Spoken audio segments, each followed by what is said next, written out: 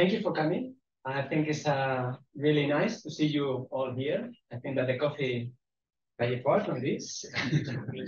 The idea is that today is the first seminar of this new series of IFIMAColloquium. We stopped this due to the pandemic, obviously, and we are restarting it. And we are going to have, as we did in the past, one of these seminars every month. It will be always on a Friday. The day will depend a little bit. We'll try to do it in the middle of the month, but it depends also on the speaker. And the idea is that we not only listen to good science, we have the opportunity to actually meet and talk a little bit among us. The topics that we are covered during the series is going to be the broad spectra of different research topics that we cover at IFIMAC. And I can tell you that for the next month, we have today Andreas Heinrich. It's really a pleasure to have you here and that you start this series. In March, we will have Alan McDonald. In April, and Roser Valenti. In May, we are still fixing the date with the speaker, so we'll let you know later on. And in June, we'll have Ataki Mamoglu. And in the second part of the year, in September, we'll have Yasha Dev. And sometime during the end of the year, we'll have Kostya Novosalov as well. So we will let you know about all these speakers. So I stop here. Thanks again for coming, and I hope that you will enjoy the talk today and the rest of the talks.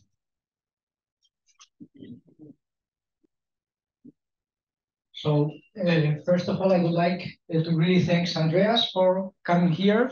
It is a nice pleasure that you inaugurate this series of colloquia. Thanks. The first time I saw Andreas giving a talk was on Japan already 20 years ago, which makes me think something. But he was showing a work which was called molecular cascades or something like this. And he was doing classical computation with a scanning tunneling microscope. So this is a technique he masters. He's a real expert on STM. And he was playing with CO molecules. He was positioned them on a copper surface, I think it was, like domino blocks. So he made like a kind of configuration, and then he was changing one of the CO molecules, and this molecule was changing the neighboring one, like in a domino effect. And at the end, he was making logical gates. And more, I don't remember, but it was, let's say, a very nanometer scale logical gate. Since then, he has really pioneering many of the experiments in STM. He has been the leader of the IBM lab in Almaden. For those of you who are not from the SPM community, this is, let's say, the world leading reference for our community, for the SPM community. And there he has been putting a lot of efforts, of course, in moving these CO molecules. If you just type on Google a boy and his atom, you will have the pleasure to see the world's smallest movie. This is something they managed to do, which to give, let's say, to make some history out of moving CO molecules. But I would say their main efforts were on measuring single spins on surfaces. He was able to measure the energy to flip the spin, a single spin on a surface. And then he also pioneered the combination of the ESR technique, which means the electron spin resonance technique, with STM. So his efforts now are trying to observe, let's say, the dynamics of the electron in an atom or a molecule or whatever. And he moved to Korea something like 5 years ago, and then he made a new center, which is the Quantum Nanoscience Center, a complete new building, and these are amazing STM facilities. This is working since a couple of years, and I think he's going to show us the research he's doing, which is now quantum computation, a classical one, using an STM. And yesterday you promised, Andreas, that I will understand how to do a qubit, but not only this, how to do something with this qubit. So even if it was with beers, I'm hoping to be able to do it. Thanks. Thank you. All right.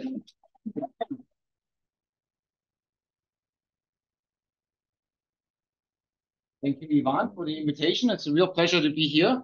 And it's, of course, great to be the first one to open the seminar again. That's a special honor. So I think we're all glad that we're past this pandemic and we can go on to be meeting in person, which is really great. All right, so I have a task to do to teach Ivan something about quantum computing, which of course I'm not an expert in quantum computing, but let me start by introducing just 2 or 3 slides on why I'm in Korea, right? This is the Institute for Basic Science, which is Korea's attempt to create world-leading basic science with the goal maybe at some point to win a Nobel Prize in physics, chemistry, or medicine, right? So to set the infrastructure, psychological infrastructure to make this possible. And so this is one way to do it. There are 30 directors about in physics, chemistry, biology, all the different basic sciences distributed over Korea. So this is the country of South Korea. This is North Korea here. This is Seoul. Most of those centers are not in Seoul, but I said I have to be in Seoul because Seoul is the center of Korea. This is like Paris in France, right? Everything is in Seoul, finance, government, everything is in Seoul, right? And it is actually a great place, so I encourage you to visit. And so we have 30 of these centers, and mine is called Quantum Nanoscience. So now let's take one step closer. So this is actually placed at a university, which is in the central part of Seoul, called Ewha Women's University. And as the name says, it is a university where everybody who gets a degree has to be female. So all the undergraduate and graduate students that get a degree are female. Of course, we have male visiting students, but you'll see we have a very large proportion of women in our university, about 20,000 students. So it's a big university, a beautiful architecture. This is a Swiss architect made the central complex, which is actually architecturally quite spectacular. And then we built a building, the university built a building specifically for us to do our work with scanning tunneling microscopy. And I encourage you, if you are interested, you can follow this on the website or on many of the social media. Hopefully this YouTube will be linked with you guys also, right? So we can do, and I encourage you to come and visit. One of the things that is really great is that I do have a great international network of friends that know me. And often when they come to Korea, they just say, Andreas, can I just come by and visit, right? So I encourage you all, when you come to Japan or China or Taiwan or Korea, right? Just come on by. It's easy to go there. We're close to the airport. And we're always happy to have visitors come by. So we have a very dynamic environment that we create there. Okay, enough general introduction. Now my main task, what is quantum computing? I want to start with Richard Feynman. He's not the inventor of quantum computing, but he was definitely one of the pioneers. What he said there, what are the possibilities for and limitations of information processing in a physical system governed by the laws of quantum mechanics? Or in other words, he said, if you want to simulate a quantum mechanical system, you better use quantum mechanics to do that, right? And so this is one of the early impetuses for actually quantum computing. So what is computing, right? Let's compare normal computation with quantum computation. Let's say we want to calculate a function f of t. This is now a binary function. So we have input states. Here's only 2 inputs, 0, 0. The little b stands for binary here. So we calculate our function, we get the output. And if we want to know another input, we have to reset the system, calculate again, reset again, calculate again, right? This is the typical sequential way that we can do computation, right? Now, in quantum computing, we cannot calculate any function, right? There are definitely big restrictions. You have to have a unitary process here. But one of the things we can do in quantum mechanics is we can input all the input states at the same time, creating a superposition state, and then run that superposition state through our unitary processor here, which is representing that function that we want to calculate. And then we get an answer out in one try. Right? Now, the problem that you all know, because most of you studied quantum mechanics, is if you now get an answer out, you can measure the state, the wave function collapses, and you get some information out, and that information is not going to be that useful most of the time. But let's say that you can make a function here that calculates whether it's going to rain or not, right? So you put a complicated input state in here, and now you make a function, a quantum algorithm, that takes all this information and says, 0, it's going to rain, 1, it's not going to rain, right? And then you can measure this and you get your answer, right? So this is simplified. The idea of quantum computing is to find these algorithms here. Software update, all right. Maybe you want to, the rocket's going over, good. So this is very abstract. So let's see if we can do this in practice. And I want to do this with a very simple logic problem. This is chosen here for no particular reason. Two inputs, A and B. So we calculate A or B, X or not A. Right? This is particularly chosen here because it has a promise that there's only one input state where the output is 0, and all the other input states, the output is 1. Right? So classically, what do we do? Well, we have to start with 1. We start with 0, 0. We'll calculate the A or B, that's 0. Not A is 1. And now 0, X or 1 is 1. So this is not the answer. Let's take the next one. All right, we take the next one and we get the answer, right? The answer here is that the input 0, 1 is the solution to our problem because the output here is 0. Right? Just for testing, if you put the other ones in there, they are all 1. Okay? So classically, that's not a big deal, right? It took us 2 tries to find the answer here. And if you can, of course, you know that in general, you have to try half the inputs. So half times 2 to the power of n. So this grows exponentially with a number of bits n. Okay, nothing special here. Let's do the same thing in quantum computing. Okay. Now in quantum computing, we take qubits, and I'll show you a little bit later what that actually means. So it's a quantum mechanical equivalent to this bit. So we use them here with the cat notation, A and B. And so we start, and this is basically now time, right? So this is the input here, and here's going to be the output, right? So it's like a musical score that we're writing down as a function of time here. So first thing we do is we set these into the state 0. We have to initialize our system into state 0, right? And then we apply a single qubit gate here on qubit A, the so-called Hadamard gate, and another one on qubit B. That creates a superposition state. So the Hadamard output here, the output here is 0 plus 1, and the second qubit is also 0 plus 1. So now we've created an input that has equal weight of all these input states that we have. And now we do the logic operation. Now this looks super complicated, right? What do we do here? Well, we have still a Hadamard gate, single qubit gate here. We have a NOT gate. That's also a single qubit gate, right? So if the input is 0 with a NOT gate, it becomes 1 and so on. So these are single qubit gates. We also have a control gate here, 2 qubit gate. So this is operating on this qubit here. If this input state here is a 1, then you create NOT gate. This is so-called control NOT gate, right? And you can see we have actually one that has 2 inputs, 2 controls here. So there's complicated gates, right? These are multi-qubit gates. And you can also see in order to perform this logic operation, I have to take 2 additional qubits, right? Little details that we don't want to discuss too much here, right? At the end of this, we have a superposition still of these qubits A and B. And the superposition now has the logic operation in the phase of the superposition, right? It's not just 0, 0, plus 0, 1, plus 1, 0, plus 1, 1. It's more complicated than that, right? And now there is a magic quantum algorithm called the search algorithm or the Grover algorithm. And what does this do? It does a Hadamard gate here, single qubit gate.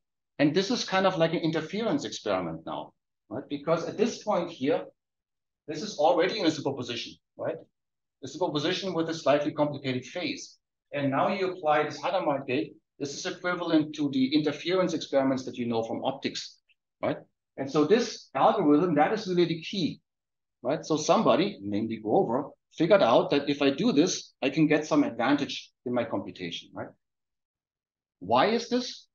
I can follow this. I can actually write the matrices and I can see that that works, right? Does that mean I understand why that works? I don't know, right? I don't know if I understand this, right? I can just follow it. I couldn't develop this myself probably if I didn't know this, right? So, but you can understand how this works. Now you do the measurement, you measure these qubit states and you get 0, 1 out. And remember, that was the answer that we had on the previous slide, right? So in this particular example, it took us a single iteration to get the answer out. Whereas classically, on average, it would take us 2, right? Now, if you do this a little bit more rigorously, this is square root of 2 to the n in comparison to 2 to the n classically, right? This is not exponentially better, but this is square root better. So if it takes 1,000,000 operations, classically, it takes 1,000 operations in the quantum algorithm. And that's the only example that I have for you to see that this is quantum computing, right? So what do you think? Complicated. This comes from teaching, by the way, right? I didn't know this stuff either, right? But then I chose to teach quantum computing. And then you sit down and you say, well, what do I do, right? And then you have to actually figure this stuff out a little bit, right? But my problem with this is I don't really know if I understand this, right? I can follow it, right? And you can really follow this, but this is, I think, what we mean by understanding, right? What does it mean you understand Schrödinger equation, right? It just means that you know how to put something in and get something out and get familiar with it and accept it, right? So quantum computing, I think, is not that difficult. It's a sequence of gate operations. It's creating the input state, measuring the output state, and in particular, having very smart mathematicians, I think, to come up with these algorithms that do something better than you can do classically. And that's really the most difficult part. Okay, if you have questions, feel free to interrupt. I'll repeat the question, maybe then we have it on the YouTube, right? So what do you need from a physical point of view to implement this quantum computing? This goes back to David DiVincenzo. They call it DiVincenzo criteria for good reason. First, you need qubits, right? You need something that is a two-level system that you can control. You need to be able to prepare the state, right? And preparing the state is non-trivial. It's typically done by a measurement, right? The result of a measurement. But it is not a unitary process. So it's not just Schrödinger equation. You need to be able to measure the state. Well, also, these two are not the unitary transformation. Then you need to be able to do these gate operations. And we saw that we have gate operations that act on a single qubit, but we also have gate operations that act on multiple qubits, right? And that's enough. If you have single qubit and multi-qubit gates, then you can do an arbitrary computation. And finally, of course, you need to be able to do low relaxation and decoherence so that you have enough time to do this operation, right? And that's really the crux. If I go back here, this algorithm looks relatively simple, right? You need to run this once, right? So you have what? I don't know, I haven't counted. You have maybe 20 gate operations or something like this in here. And if you go to the best publicly available quantum computer, these online, IBM quantum computers, right? You can't do this. That's too many gate operations, too much decoherence in the system, right? So we don't even have a quantum computer that could do this incredibly simple algorithm in practice, right? So the ratio of this gate operation time here and the relaxation and decoherence is the real problem in quantum computing from a practical point of view. All right. So back to Richard Feynman. So that guy really was truly a genius, right? And for those of you who don't know Richard Feynman, he was a theoretical physicist in particle physics mostly, and got a Nobel Prize for quantum electrodynamics, I believe, right?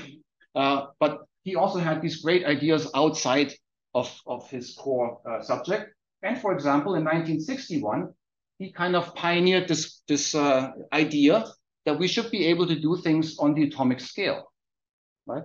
In the 1960s, there was no microprocessors. There was nothing done.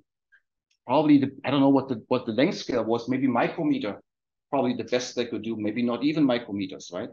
So tens of thousands to hundreds of thousands of atoms in width, right? And he said, there's nothing from the physics. There's nothing that prevents us from doing things one atom at a time with atomic scale precision, right? And so that's actually where I like to work, right? Is to see if we can do things where we do quantum coherent operations, but do it also on the scale of single atoms, single spins, right? So if, for example, we have 2 qubits here and be able to operate on these 2 qubits and really know the atomic positions of these qubits and work with these qubits. So can we perform quantum coherent operations? And by quantum coherent, I'm a little bit careful because the word quantum has a very weak meaning, right? What is a quantum material? Anything is a quantum material, right? But here we mean quantum in the sense of being able to control the superposition and entanglement, right? That's quantum coherent. So that's why I'm careful here. And maybe can we build a quantum computer one atom at a time? So use what I introduced before, but now with single spins on a surface. Okay, so that is the end of my super general introduction to quantum computing. I want to also introduce scanning tunneling microscopy, because I'm sure not everybody is an expert here, even though you have a very long history of excellent STM work here. And then I will go to electron spin resonance and STM, and then finally do qubit operations with this system. So I expect everybody to understand this quantum computing part, at least conceptually, and the STM part, and then it will become more and more difficult and fast, I think. And so hopefully everybody will be lost at some point, and I've done my job, right? So scanning tunneling microscope is now a what are we? 40-year-old tool, I guess. What? 45-year-old? Wow.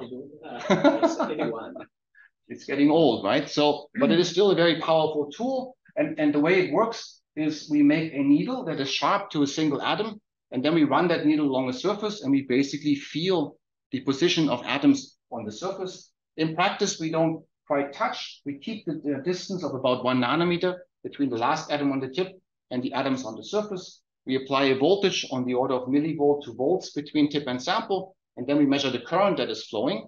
This current has to overcome a vacuum tunnel barrier here. And that's why this instrument is called a scanning tunneling microscope. And the most important feature here to realize is that this current is extremely dependent on the distance between tip and sample. So if I set things up that at this particular distance, 1 nanometer, I have 1 nanoamp of current. If I go to 1.1 nanometer, then I will have 10 times less current. And that also means that this atom back here contributes a very small fraction to the tunnel current because it's further away, and everything is concentrated to a large part to a single atom. And so you get a very, very highly focused beam of electrons in this tool. We move this along with a robot.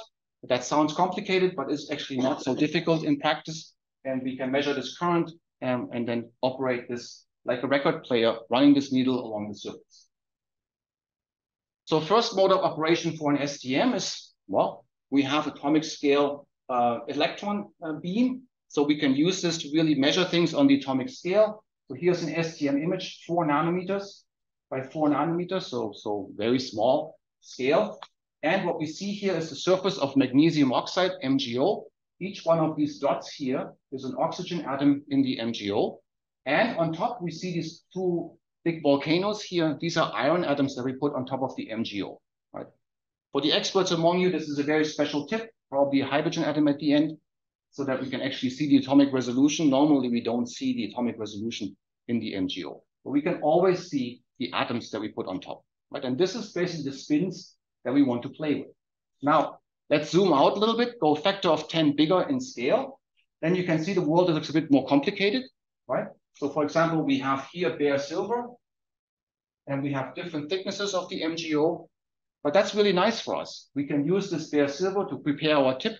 We gently crash our tip, make a better tip, and then we can go to 2 layers of MgO or 3 layers of MgO, right? We can work on this atom, or maybe we want to work on atoms that are close together, right? And so we just select the spot that we want to work on. So the imaging, I think, is in the end, every STM experiment starts with imaging. Right? Second thing is, we can not only measure the tunnel current, we can also measure the tunnel current as a function of the voltage that we apply between tip and sample. This is basically an energy resolved measurement mode. So we call that tunneling spectroscopy. Here's an example that is something that we did a couple of years ago. This is a molecule here, obviously, of VOPC, tyrosine ligand here. And there's a vanadium and an oxygen here. This is a well-known qubit from chemistry work from other people. We put this on a layer where we have a titanium PC as an insulating layer, and then the VOPC on top. We take an STM image. You can see that there's a beautiful image here of a single molecule. This is one VOPC, another VOPC, another VOPC. Underneath, you can see the TIOPC.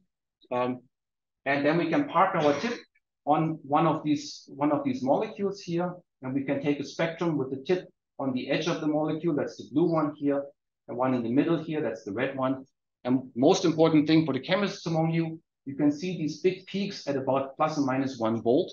Also, this is now 1 volt of energy scale here. These are the HOMO, highest occupied molecular orbital, lowest unoccupied molecular orbital. These are basically the atomic states or molecular orbitals of this molecule.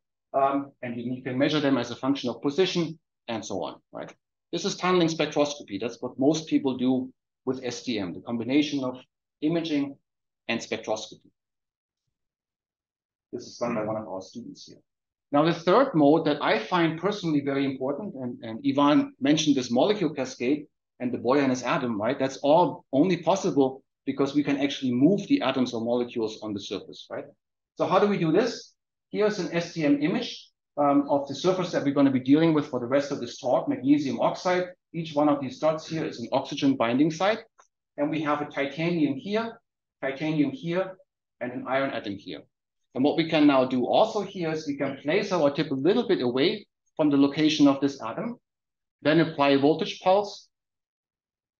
Again, move it, so we can move the atom on that surface here. And so here's a sequence of STM images. And in between each image, the student actually moved the tip, applied the voltage, moved this atom to a new location. In the end, to build this structure here, which you will see in the end of the talk, is a 2-qubit structure that we built. And here it is actually important that we have exact control of the binding site of each one of these atoms on that surface, down to the single binding site control, right? We want this atom to be here and not here, right? And so this is something that is really only possible by this precise STM control, right? This is done by Hong. And so with this, we can build multi-qubit structures, or at least coupled structures of spins. And I want to say, of course, that this was done first time by Don Eigler and Erhard Schweitzer at IBM in the late 1980s, when they built this, afterwards built this famous quantum corral, which many of you have probably seen in the textbooks, right? So this is actually the bread and butter, I think. Imaging, spectroscopy, and atom manipulation together gives you a toolkit that is really unique to this STM. Okay, so the toolkit that we have, we want to apply to spins on surfaces. And in particular, as I mentioned, we're going to stick with 2 layers of magnesium oxide in this talk here. So here we have an STM picture of titanium. These titaniums are actually hydrogenated, TiH. So this is a molecule really, but I'll probably call it an atom for the rest of this talk just to be lazy, right? But forgive me for this, right? And then iron atoms here, you can see they have slightly different heights. So we can distinguish them by their height. We can also distinguish them by the spectroscopy. I'll show you this in a moment. And so we have titanium and iron, and they're quite different. This titanium with the hydrogen is a spin 1/2. The iron is a spin 2. It's something that is much more stable. It's almost a single atom magnet, right? And then we have other species here, 3/2 and so on. You can also think about nuclear spins. Some of these atoms have nuclear spins. Some of them have isotopes with different nuclear spins. There's a huge toolkit that you can play with. These are the 3D elements. We also did some work with 4F. And there we can find that dysprosium and holmium are actually stable single atom magnets. So they have their spin pointing up or down, and they never change that spin. I'll show you this in a moment. And then erbium is our most recent toolkit, is a spin 1/2. So it's another qubit candidate, right? So beauty of this is just the atoms. You can also add molecules to this. So you have a toolkit that is vast, and you can decide whether you want to work on something that is maybe better for one quality or another. So how do we measure these spins? So let's go from just STM. Let's go to actually using STM with spins. For this, we want to apply a magnetic field to our spins. And remember that if you have a spin 1/2 at 0 magnetic field, they have degenerate states, and then the magnetic field splits that state into 2 states, spin up and spin down, or 0 and 1, or -1/2 and +1/2, right? They have different names, but it's the same thing. And the energy difference between the ground state here and the excited state is the Zeeman energy, which is proportional to the external magnetic field. Right? It's proportional to the local magnetic field that you have at the location of your atom. And so let's measure this for a titanium hydrogen here on MgO. So first we have this TiH sitting on a double layer of MgO with silver underneath it. And if we don't apply a magnetic field, we see a flat spectrum. Nothing is happening, right? We're only now measuring from -5 to 5 millivolts. So about a factor of, what is that, 200-300 smaller than what I showed you before, right? Only very small energy, about 0 bias. Now we apply a magnetic field, 2 Tesla. You start to see a little depression around 0 bias. 6 Tesla, you start to see clear steps. Here's a step at, what is this, maybe 1.5 millivolts, another step at minus 1.5 millivolts, symmetric about zero bias, right? And to make a long story short, this is actually corresponding to the Zeeman energy, so the energy difference between state 0 and state 1, that we generated by applying this external magnetic field here. Right? So the location of the center of the step tells us what is the local magnetic field that we have at our atom. Or if you know this magnetic field, it tells you the G factor that you have of this atom. Right? And this is the first thing I did in STM, as Ivan mentioned in 2004, to introduce this spin excitation spectroscopy so that we have a way to measure the energy states of spins down to the single atom scale. But also look at just remember that this is 2 Tesla and this is 6 Tesla, right? I show you the example of ESR STM, where we have 1,000 times better energy resolution than this, and you'll see this in a moment. Okay, so then I need one more ingredient, and then we're ready to go to slightly more advanced topics. We want to not only have a normal tip, like I showed you so far, we want to make a tip that is spin polarized, meaning that it has a different density of states for up electrons and down electrons. Right? This is the second way that we can measure spin properties. Maybe you know about tunneling magnetoresistance effects in planar tunnel junctions. Right? If you have one layer of spins with an insulating layer, another layer of spins, then the relative alignment of these 2 layers gives you a different current. Like if I have parallel alignment or anti-parallel alignment, I get a different current. Right? And so this we can do also here with the STM. So what we do is we take our non-magnetic tip, we bring this tip close to an iron atom on the surface, and then we transfer this iron atom to the tip. Right? And if we do this, you'll see that this iron atom will disappear, and we measure the spectrum on this titanium here. Without the magnetic tip, we have a flat spectrum, basically. We pick up one iron atom. We have a slightly asymmetric spectrum. We pick up a second one, we get a more asymmetric spectrum. Third one, more asymmetric spectrum. And then finally here we have 4 on our tip, and we get a more asymmetric spectrum. And Carlos can explain to you how this is related to spin polarization. I don't want to take the time here, but this is an indirect measure of the degree of spin polarization that we have on our tip. Right? Now we can take this tip, and I draw this on purpose, kind of cartoonish here, because we don't really know what the cluster of iron atoms on our tip is. Right? Every tip will be different, and that we just have to live with. We cannot characterize, or we can characterize it, but we cannot reproducibly make this tip. Right? Okay, so these systems that we use now have to have a magnetic field and low temperature. And so we put an STM at the bottom of this tank here. Here's a picture of the STM. If you look carefully, you see the difficult here is the sample stage. I don't think you can see the tip, but the tip is here, right? This is a different type of STM design than most people use. So this is in the middle, at the bottom of this tank here. This tank is filled with liquid helium to cool the system down to 4 or 5 Kelvin. Right? It also has superconducting magnetic fields, so we can make a magnetic field in different directions on this STM. And then we actually have this whole thing suspended in an ultra-high vacuum chamber connected to a room temperature chamber where we can make clean samples and then take these samples and put them down. Right? So the whole thing is, needless to say, complicated equipment, but we can make these machines. This is one called Eve, which we finished in June 2021. It's a beautiful ESR machine. I'll show you results from Eve in a moment. And this was done by Yu Chong as PI with 2 students and 2 engineers over about 2-year time period. Okay, so if we have such a spin polarized tip, then we can place the spin polarized tip on one of these single atom magnets. So this is another subject. I want to just summarize this really briefly here. The iron atom doesn't play any role here. The holmium is a stable spin with a spin either pointing up or down. It never points sideways. It only points up or down. And this holmium is so stable that even at these conditions here, in this case, it stayed in one state for on the order of 10 seconds or so, right? And then it switched from the spin up state to the spin down state, then back, and so on. This is actually underestimating how stable this spin is because we're hitting it with fairly high energy electrons here, Tunneling electrons. If we reduce the voltage that we apply, at some point, the transition rate becomes 0, and this atom actually is completely stable.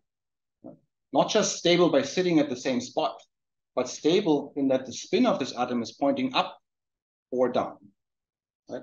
Which to me is a completely crazy thing. This is like a refrigerator magnet made from a single atom, right? The single atom, of course, has to sit on the right binding site. It's not just the holmium atom, it's the holmium atom sitting on the MgO. But it is so stable that we can come back the next day and this atom will still be in the same spin state, right? Which is truly stunning. But here I want to just use it as an example that we can actually measure spin polarized tunnel currents using this holmium as a measurement. All right, so that is kind of the sort of introduction to STM. Now I want to move on to electron spin resonance. So now we have to combine STM with another technique, and you'll see in a moment why we do this. Electron spin resonance is something that you may not be familiar with, but you're certainly familiar with nuclear magnetic resonance. Right?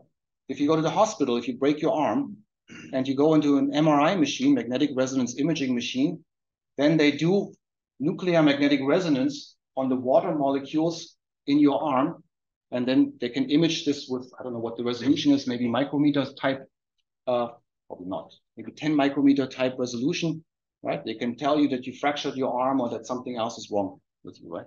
That is measuring the nuclear spins in the water in your arm, right? And we want to do this here using the electron spin, but down to the scale of a single atom. So this brings us to going away from the static properties to the dynamic properties of these spin systems, right?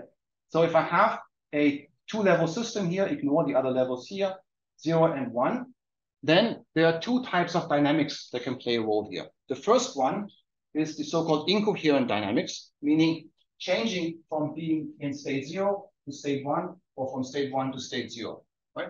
This can be done by tunneling electrons. I showed you the spin excitation spectroscopy example. It can also be done by interaction with the environment. And this is called energy relaxation, or a T1 process in the language of nuclear magnetic resonance. That's incoherent. But the more interesting one is the coherent dynamics, right? If you accept the fact that you don't only want to be in state 0 or state 1, but you can be in a superposition of state 0 and state 1, right? And this is the wave function of a superposition state, right? The superposition state has a complex number A with 0 and a complex number B with 1. For reasons that you can look up easily, there are only two real numbers that really play a role here. And those two real numbers are usually displayed on the so-called blocks here, with the north pole being state 0, the south pole being state 1, and then two parameters that describe which direction this vector is pointing. That is your wave function psi. Right? This is actually not difficult. This is only 2 lines or 3 lines, but I don't want to spend the time here, right? So what is about the dynamics of this superposition state? The first dynamics is governed by the energy difference between state 0 and state 1, which again we control with the magnetic field. This is the so-called Larmor frequency, right? That's the precession of the spin around the direction of the external magnetic field. The second time scale is given by the coherent control of the orientation of the spin. I'll show you how we do this in a moment, right?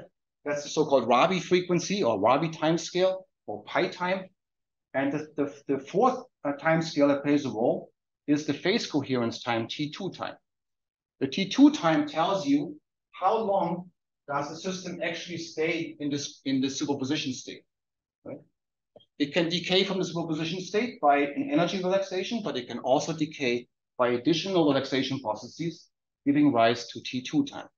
So T2 is always limited by T1, but normally T2 is much shorter than T1. Okay, that's something that you may or may not be familiar with, but I want to take 2 slides to explain these concepts of Larmor frequency and Rabi frequency a little bit better.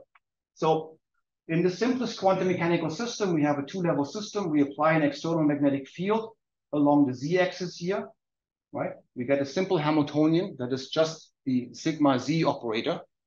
And what happens now, if I put my system in a superposition state, for example, this one here, that's shown here in the blue arrow, the time evolution of this is very simple, right? We let the system evolve. Basically, we solve the Schrödinger equation of this system. What happens is that the z component stays constant and the x and y components change as a function of time. That's the precession motion of that spin. Right? This is simply the solution of the Schrödinger equation. Right? Okay? But now we want to do something different. We want to actually do this Rabi oscillation. And for this, we have to apply an oscillating driving field. Okay? So we take the same static Hamiltonian, and now we make our life even simpler. We start in the ground state, 0, North Pole. And if you are in an energy eigenstate of your quantum mechanical system, there's no time evolution, right? That's a steady state, right? So nothing is happening. But we apply now a time-dependent magnetic field here. And this time-dependent magnetic field is applied along a perpendicular axis, sigma x. It's applied along this axis here. Right? So the static magnetic field goes in the z direction, and this magnetic field goes in the x direction. Right? And it's oscillating at the Larmor frequency, cosine omega t here. Right? So you apply an oscillating magnetic field perpendicular to the static magnetic field that is oscillating at the Larmor frequency of the precession frequency of the spin.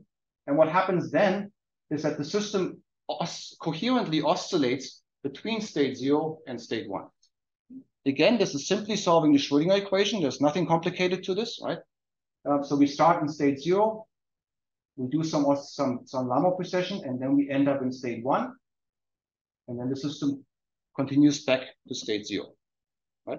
So this is the coherent evolution of the system, giving the so-called Rabi solution here, where the wave function has a component that is Larmor precession right here, but now it has components cosine capital omega t and sine capital omega t that give you the coherent rotation of your spin, right? So if you can make this omega be strong, then you can coherently move fast. Right? Now, this example is completely exaggerated here because this perpendicular magnetic field is 1/10 the strength of the static magnetic field. In practice, they are usually 1/1000th or something like this. So there are many, many, many more Larmor precessions than Rabi oscillations, right? And the second thing to note, if you go far off resonance in frequency, then nothing happens. Right? So this is only effective if you are close to the resonance frequency of your spin. All right. And so then we can do this in STM. I want to leave out something here, but just tell you that we apply a radio frequency, so a microwave field, high frequency electric field between tip and sample.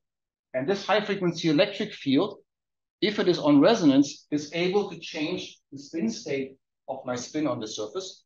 And so I can show you this here, for example, in the populations, right? We measure here the population of state 1,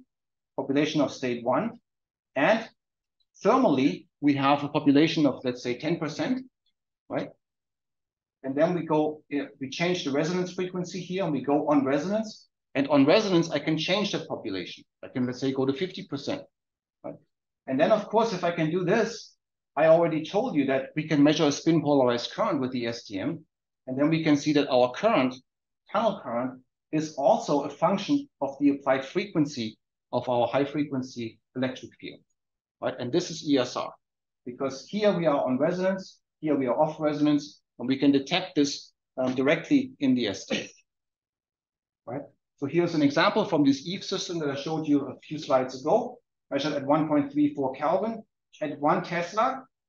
And these conditions here, we see a resonance peak at about 24.5 gigahertz, right? A single peak. Tunnel current is different when we apply 24.5 gigahertz of frequency, right? Otherwise, it's constant. You can see that this signal is pretty weak here. It's 100 femtoamps out of 20 picoamps. So it's a small signal, but we can make these signals be 10% of the current. So it could be 2 picoamps here, right? This is not a very strong one. But most importantly, if we change the magnetic field, then this ESR peak, of course, moves because the Zeeman energy is changing. Right? And here we are at 1.2, 1.4, 1.6. You can see here we go up to 40 gigahertz. And you can see that the ESR peak is still beautifully there at 39.5 gigahertz at 1.6 Tesla. Right? So this, and you can see that the difference between 1.6 Tesla and 1.4 Tesla is enormous. Right? These are very far away from each other, whereas in spin excitation spectroscopy, there is no difference in the spin excitation spectrum between 1.6 and 1.4 Tesla. Why? Because the energy resolution of ESR is so much better. And this is something that's a take-home message I think that is important to realize. The energy resolution of a resonance experiment, like nuclear magnetic resonance or electron spin resonance, is independent of temperature to first approximation. Right? You can go with a nuclear spin to a hospital, and you can do magnetic resonance in the hospital with beautiful energy resolution, right, at room temperature. Right? That's completely crazy if you want to do normal type of tunneling spectroscopy, right? But the beauty of ESR or any spin resonance for that matter is that the energy resolution is the first approximation independent of temperature, and therefore we can do this with much better energy resolution than the temperature. Okay, of course this is linear. That gives you the Zeeman factor here. You see the Zeeman effect. The magnetic moment is not exactly 1. That's because of orbital magnetic moments playing a role here, right? So there are definitely orbital magnetic moments present here. You can use this as a sensor. So now there's a whole talk where we can talk about utilizing this very high energy resolution for measuring local magnetic fields, right? And then you can use this as a sensor to do interesting things, right? But I don't want to do this here. I want to just leave this and go to the last part of my talk and see how can we now use this to do qubit operations, or what is required to take this into qubits. So go back to the DiVincenzo criteria. Let's look at them from the perspective of what I showed you so far. Well, we have a controllable 2-level system. I think that is relatively simple for us, right? What I haven't shown you yet, we can also couple them together. So we can make a magnetic interaction between them that I'll show you in a moment. Preparing the state is actually pretty difficult for us if you think about it. But what we do here is we just use the thermal state, right? We just interact the system with a bath of electrons at a certain temperature, and then that temperature is transferred to our spin system, and we can use this to initialize our system. That's not ideal, but that's what we do right now. And we can measure the state with spin polarized tunneling. And here I have to be careful. What we do here is a time ensemble measurement, right? We don't measure a single shot, right? We measure for 1 second or something like this. And many times the dynamics is happening here, right? This is important in the context of quantum computing. So now I need to show you something about gate operations, right? How are these gates implemented here? And so for this, what we do is we simply switch from so-called continuous wave ESR to pulsed ESR, right? So what does that mean? Let's say we have our initial state pointing north towards state 0, and then we apply a pulse of microwave, and then we stop. Right? At the end of this pulse, our vector is rotating in a certain position, and if I apply this pulse longer, right? Then I can end here, right? I've rotated my spin coherently from state up to down, right? And so I need to control the amplitude, the frequency, and the length of this pulse, right? And so what we do is we do the so-called pulse ESR, so control the length of this pulse, and then we can do coherent operations of this spin. And so in this experiment, we do this at 15.25 gigahertz, right? You see the ESR resonance here. So we park ourselves at this particular frequency, and now we apply this frequency for varying durations of time, right? And so here's a very short pulse. Here's a relatively long pulse, right? Indicated here. And you can see at the short pulses, we see this oscillation, right? And then this oscillation gets damped out a little bit, right? But the oscillation here is this Rabi oscillation. It's the coherent rotation between state 0 and state 1. So how can I visualize this? So we start mostly in state 0. We go to state 1. We go back to mostly state 0, back to state 1, 0, 1, and so on. But while we do this coherent oscillation, let me start this one again. you can see that the vector changes its length. It's not the same length anymore. So we have interaction with the environment. The spin system decoheres, and in the end, the vector is oscillating close to the middle of the Bloch sphere. That's the end of this oscillation here. Right? So there are two parameters characterizing this. The first one is this oscillation, and the second one is this decay of this oscillation with time. Right? So we can look at, is this really real? Yeah, it's real. We changed the amplitude here, 60 millivolts, 90 millivolts. So amplitude of the RF voltage that we apply. Right? You can see if we have a small amplitude, it takes a long time to make the oscillation. If we make the amplitude higher, the oscillations become faster. Right? That's good. Right? That's this red curve here. It shows you that the Rabi rate, omega, is proportional to the applied voltage that we put in there. Right? That's good, right? The more voltage you have, the faster your oscillation goes. Unfortunately, we also see that the decay time here, the so-called T2 Rabi time, also scales a little bit with the RF. That's not very good, right? That means that we have less time if we apply a large power, and we have more time when we apply a small power, right? But these are just our experimental parameters that we have here. So what does this mean in practice? Well, the T2 Rabi time here is 40 nanoseconds, right? That's this point here. And the pi pulse time is 10 nanoseconds at this point. That means it takes us 10 nanoseconds to coherently rotate from state 0 to state 1, or from state 1 to state 0, right?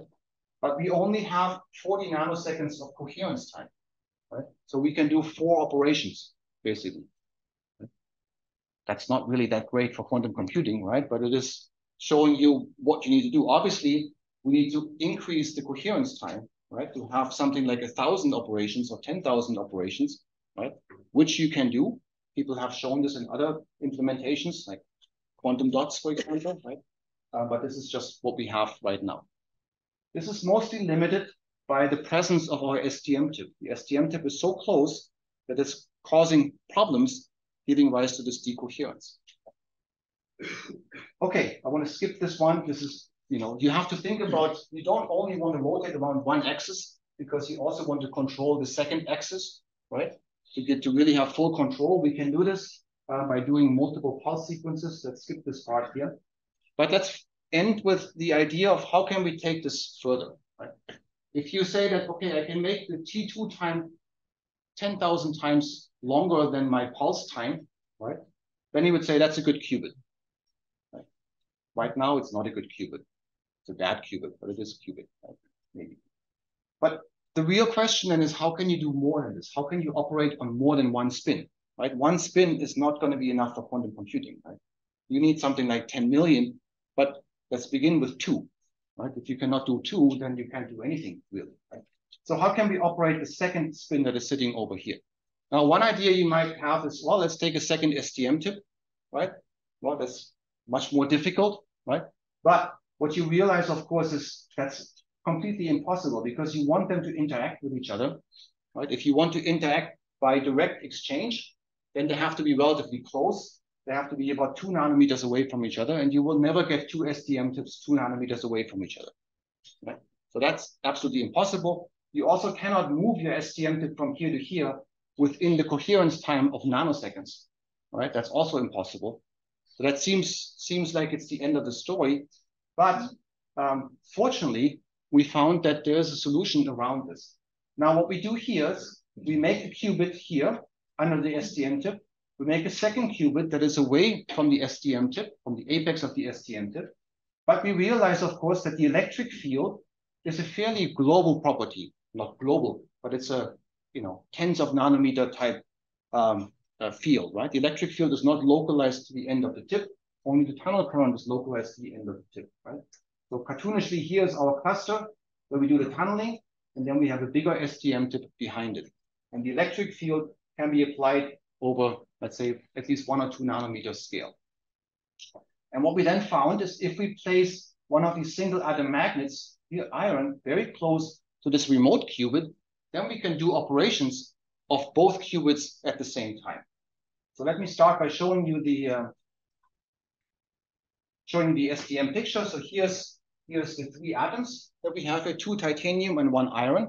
This is what I showed you very beginning. Hong's work to move these atoms around, right? We put them there on purpose. And they are such that the interaction between Ti2 and Ti1 is about 100 megahertz. That is smaller than our ESR line width, so we can clearly see them as separate peaks.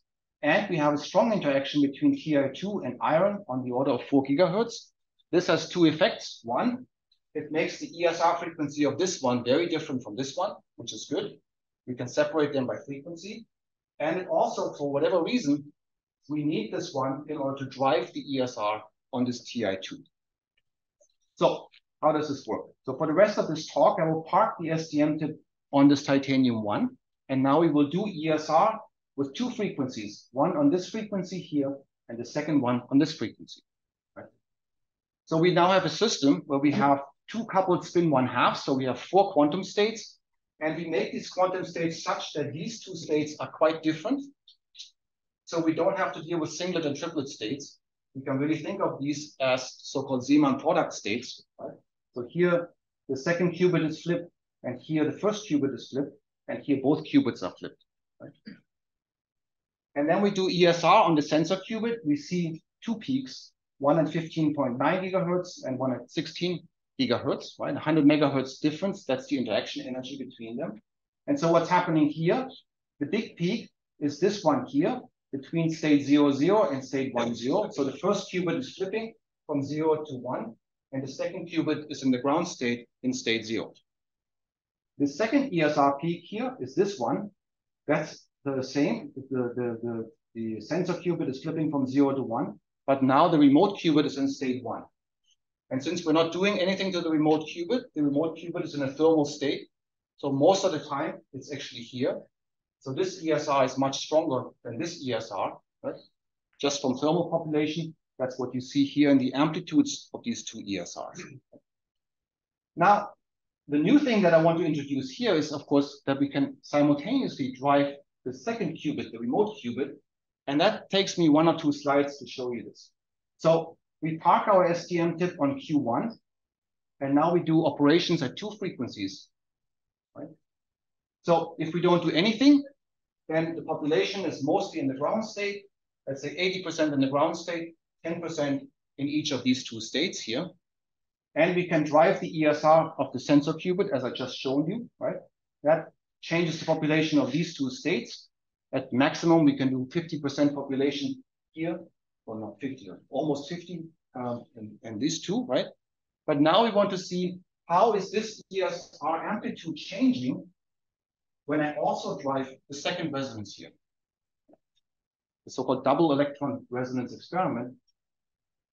And what is happening is that I'm taking some population away from this ground state and putting it in this state here, and that makes this ESR less prominent, right? So that's kind of tricky. So we can actually measure with the tip here whether this one is in resonance or not. Okay? So this gives us a control over 2 qubits without moving the tip or without using 2 STM tips, right? So let's see this in practice. So here we are now at very different resonance frequencies, right? Remember the other one was 16 gigahertz. Now we are at 14 point something gigahertz, right? That's the frequencies of these red transitions here, right? And so we can clearly see an ESR signal on the sensor qubit when we change the resonance frequency of the remote qubit, right? So what's happening here? So if we are off resonance with the second frequency, we see the ESR signal. And now at F3, we see a peak in the signal. This peak means that we have less ESR on the sensor qubit because this population is taken away from here and put up here.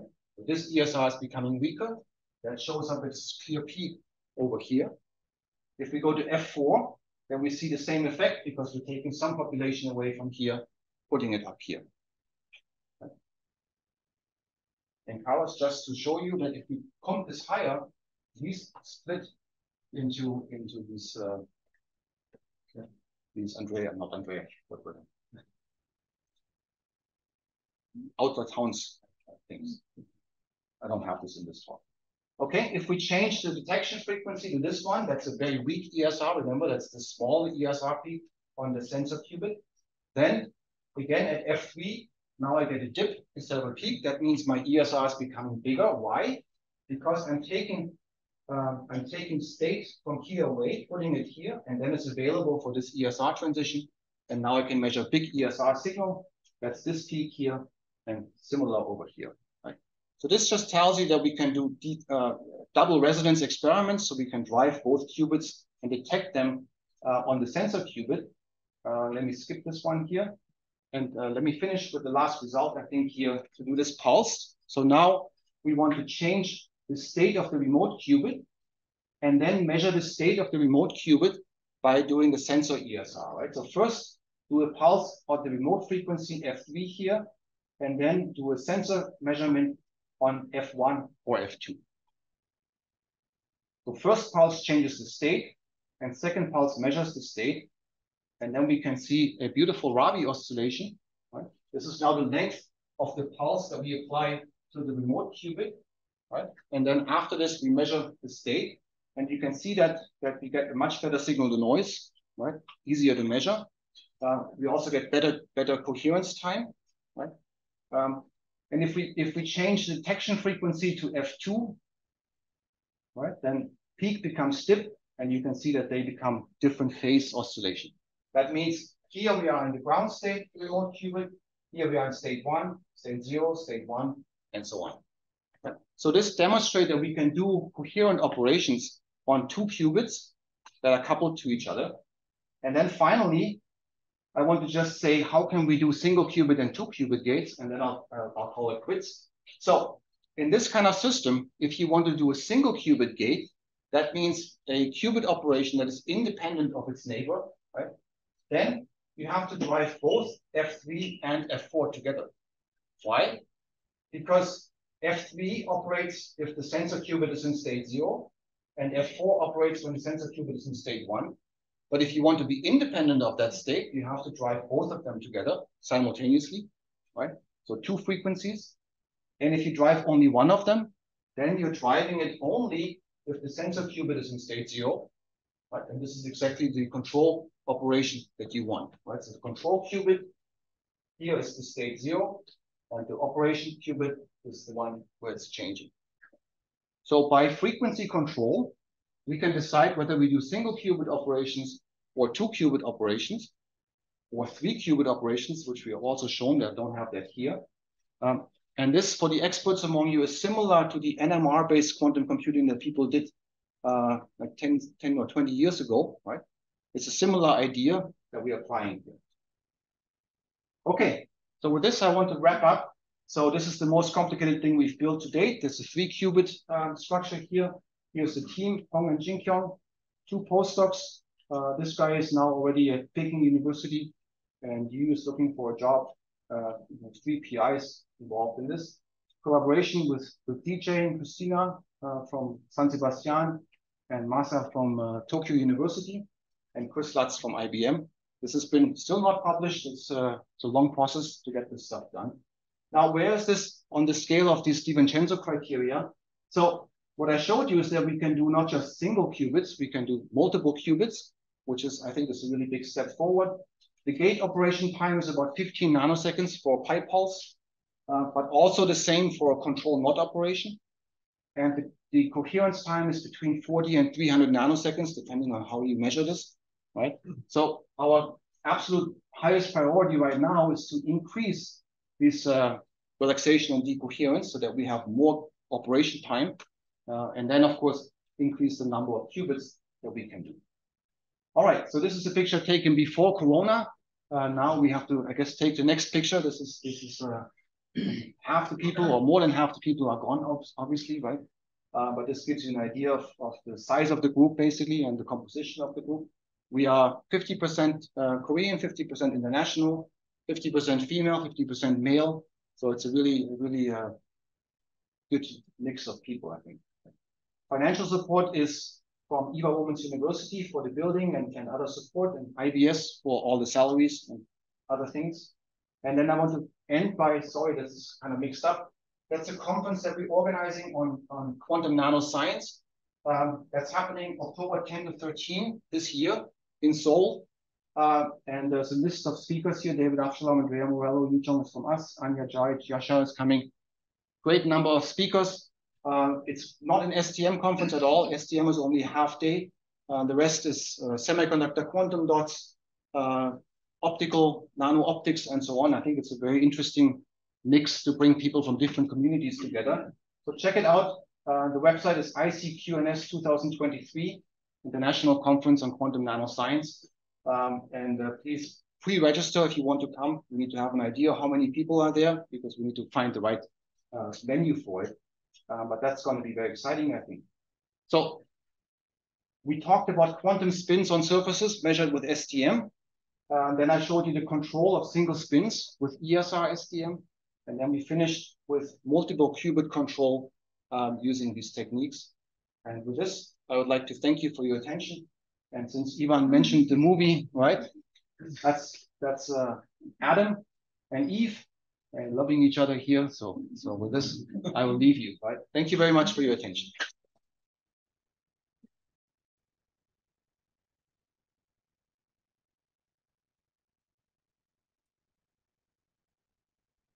Well, thank you very much, Andreas, and thank you very much for the effort you made in making this understandable for our really broad audience. So, time is open for questions. Carlos? So, thanks a lot, Andreas. I mean, I really enjoy it.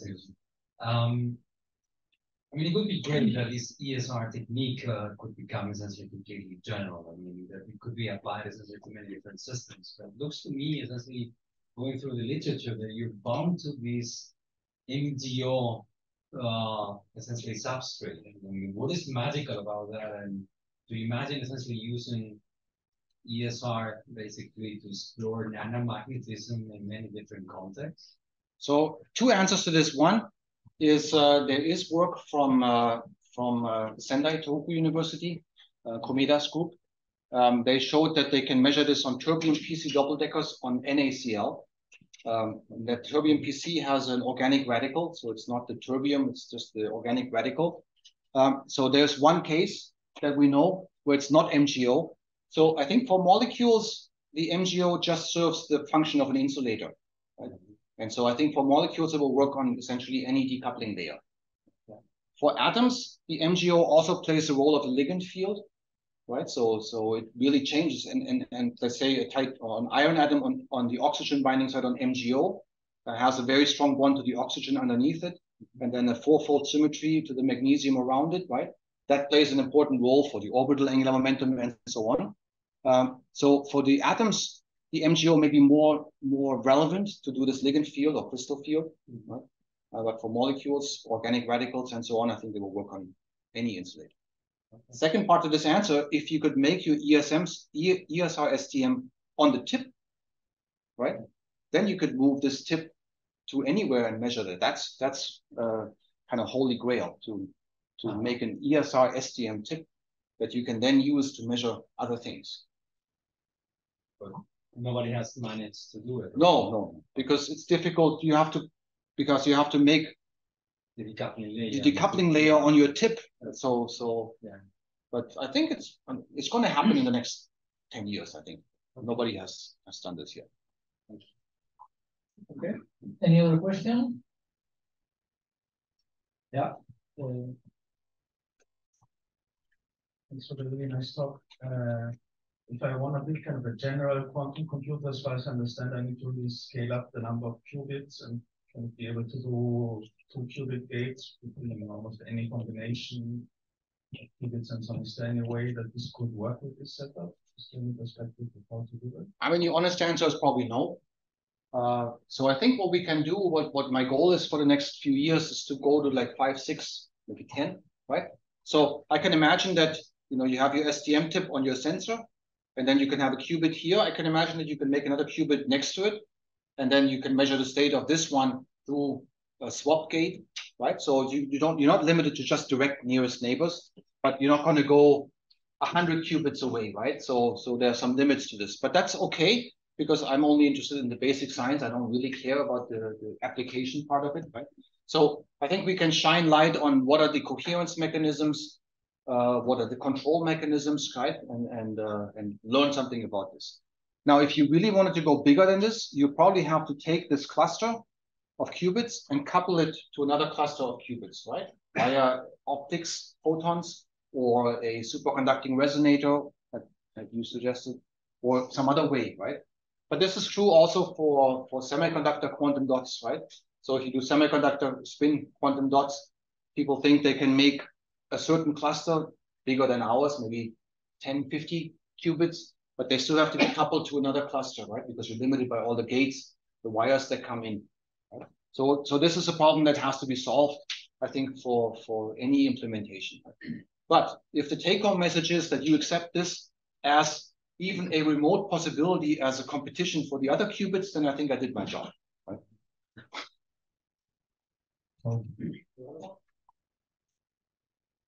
Thanks for the very nice talk. I wanted to, if you could comment a bit more on the coherence you mentioned that is mainly because of the tip.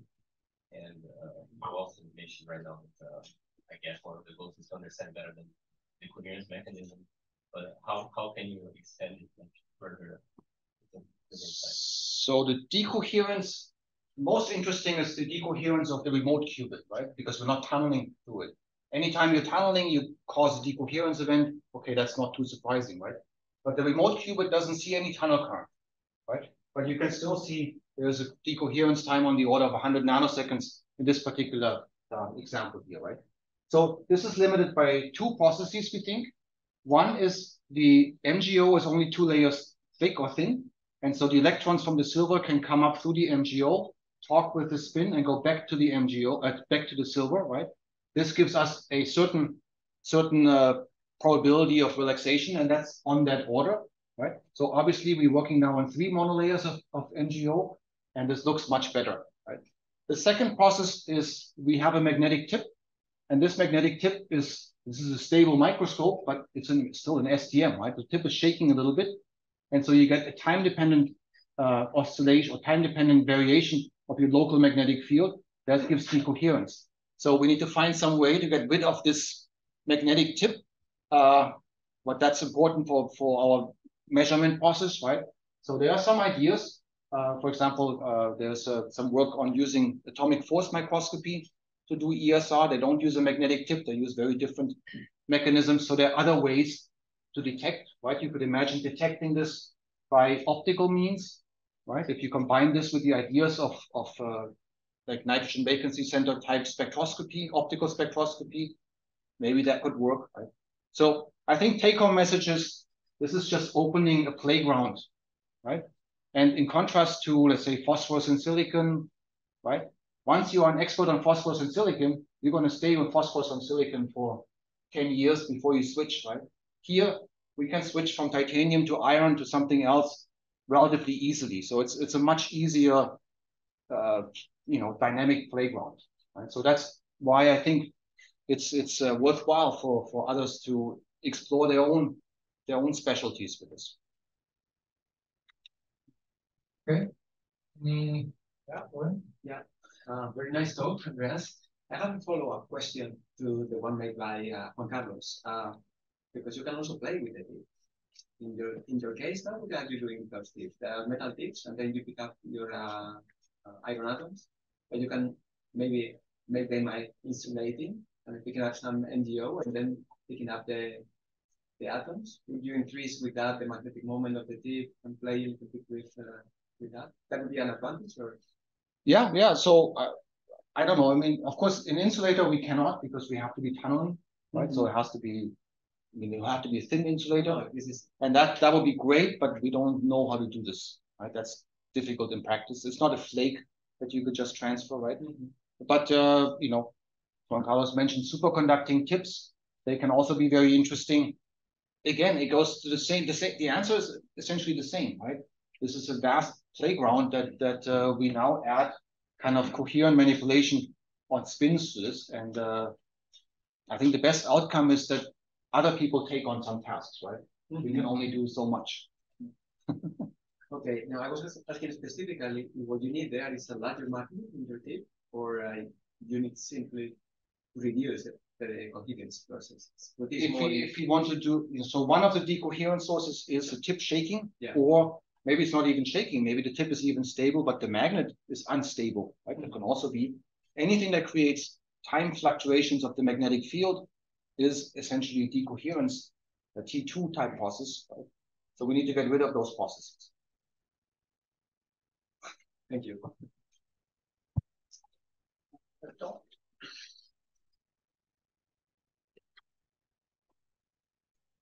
Thank you, Andreas. Beautiful talk. I have a curiosity. So in principle, you just mentioned that the crystal field of magnesium oxide is important in order to somehow modify or fix the orientations of the magnetic moment. Do you observe something like crystallographic dependent or orientation dependence of the magnetic field with the crystallographic directions of the magnesium oxide? Yes. Yes. So I only briefly mentioned this. I don't know.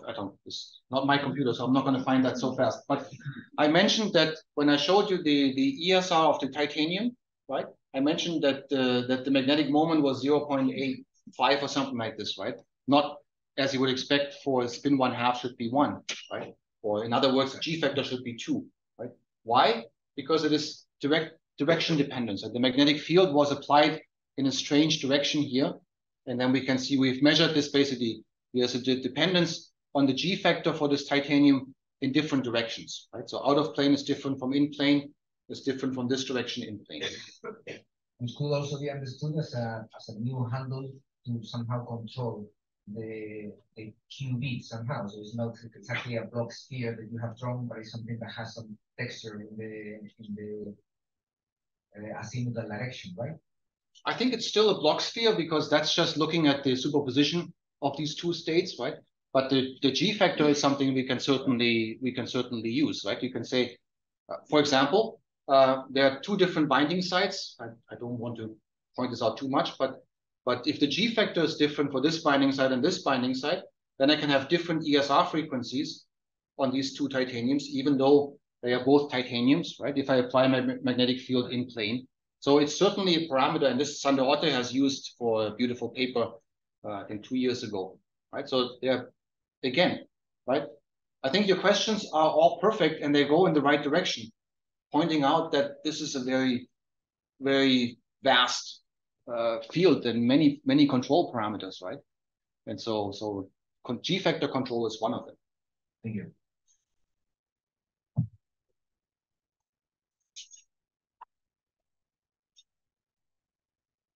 Yeah, so to follow up on that, synthetic chemists, they've been working for many years on creating single ion magnets, single molecule magnets, and things like that, right? Really control the crystal field or different fields. Do you see that field is kind of saturated, that feeling? Is there still something that can be gained through that kind of molecular control over the ions, or do you have to think that it's just too messy? No. I love. I mean, the models that we use, they are all based on molecular magnetism, right? So these atoms are actually much closer to molecular magnets.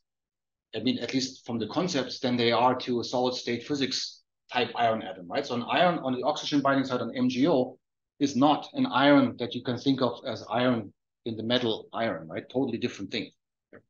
And what we find is actually very similar, right? So we put them on the oxygen binding side, like dysprosium, for example, right? And that has mostly a axial ligand field, right? In our case, we have a fourfold symmetry around it, right? The molecular magnets, dysprosium is the highest blocking temperature single atom magnet for molecular chemistry, right? They use more complicated, they avoid fourfold, they use fivefold or more complicated things, right? That we cannot do, right? I mean, the binding site has fourfold symmetry. We're not going to change this, right? But one thing we're trying to do now is to also see if we can add some ligands to it, right? We can add like a CO or an NO or something else, right? And then see if we can tune these properties a little bit more. So I'm actually hiring a chemist right now to try these experiments. But I mean, as far as I know, the molecular single atom magnet, single ion magnets from the chemistry point of view, I mean, they were called, you know, end of the line many times before. So I'm sure they're going to improve. Like manganese 12 acetate was supposed to be the best. Okay. Another question? Yeah. Keep you busy here. And always they manage to do it. I think they do that on purpose. In this last experiment, you have these two qubits that you can rotate, and what you see is the rotation of each of them individually, no? But have you seen anything like the effect of superposition of the two screens, or maybe the frequencies are too different, or? No, certainly we can see that, right? So where can I show this? So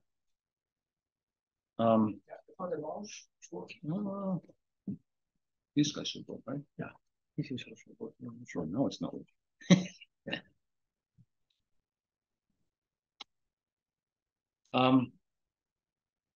Well, maybe this is a good place to show this, right? So, for example, if you put this one in a equal superposition, right? If you make a pi over 2 pulse on this frequency f3, right? Then you will be your remote qubit will be equal superposition of state 0 and state 1. If you then apply a pi pulse on the other one, right? Then you will be in an entangled state. Right? This is basically like the Hadamard gate with the control NOT gate followed, right? So we can do this, and one of the things we're trying to work on here is to do a quantum state tomography of the resulting state, right? To actually demonstrate that yes, this is an entangled state or not. Right? So I don't think that's particularly difficult, right? Well, no, the quantum state tomography is difficult for us. Why? Because of the coherence time, right? We need more coherence time to be able to do these operations. But conceptually, I think it's doable. Right? So you don't. Maybe your question goes in the direction, you know, if these spins are continuously coupling to each other, right? That's very different from semiconductor quantum dots, right? In semiconductor quantum dots, most of the time they turn off that interaction, and they only turn on that interaction for a certain amount of time, right? And that's a perfect way to you know, keep the spins isolated, right? So here we cannot do this, right? They're continuously talking to each other, and so you have to compensate for that continuous interaction, but that's conceptually not too difficult either. Okay.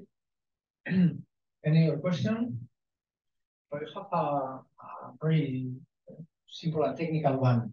You mentioned several times the limitation because of tick vibrations, but I'm sure you are really stable. Which is your vibrational noise? Let's check one. On the order of picometer. Okay. So good, but not okay. Not. And so you can also see this, for example, in the we have one machine that is particularly noisy, vibrationally noisy, and then you can see that your ESR line width already is wider, right? Why? Because your local magnetic field is different, right? So. And what about temperature? Because you several times you said that to first order this does not affect, but to first order, which are the temperature requirements? We have a review of scientific instruments out that shows it up to 10 Kelvin. So 5 Kelvin is okay. Your signal amplitude becomes smaller, right? Because your thermal population is bigger. Okay. So if you go to 5 Kelvin, you want to go to relatively high ESR frequencies, so 30 to 40 gigahertz. Which then costs money for the source and so on, right? Okay. So that's only a question of the amplitude of the signal, right? The line width is essentially the same, temperature independent. Right. So, any other question? If not, let's thank Andreas again.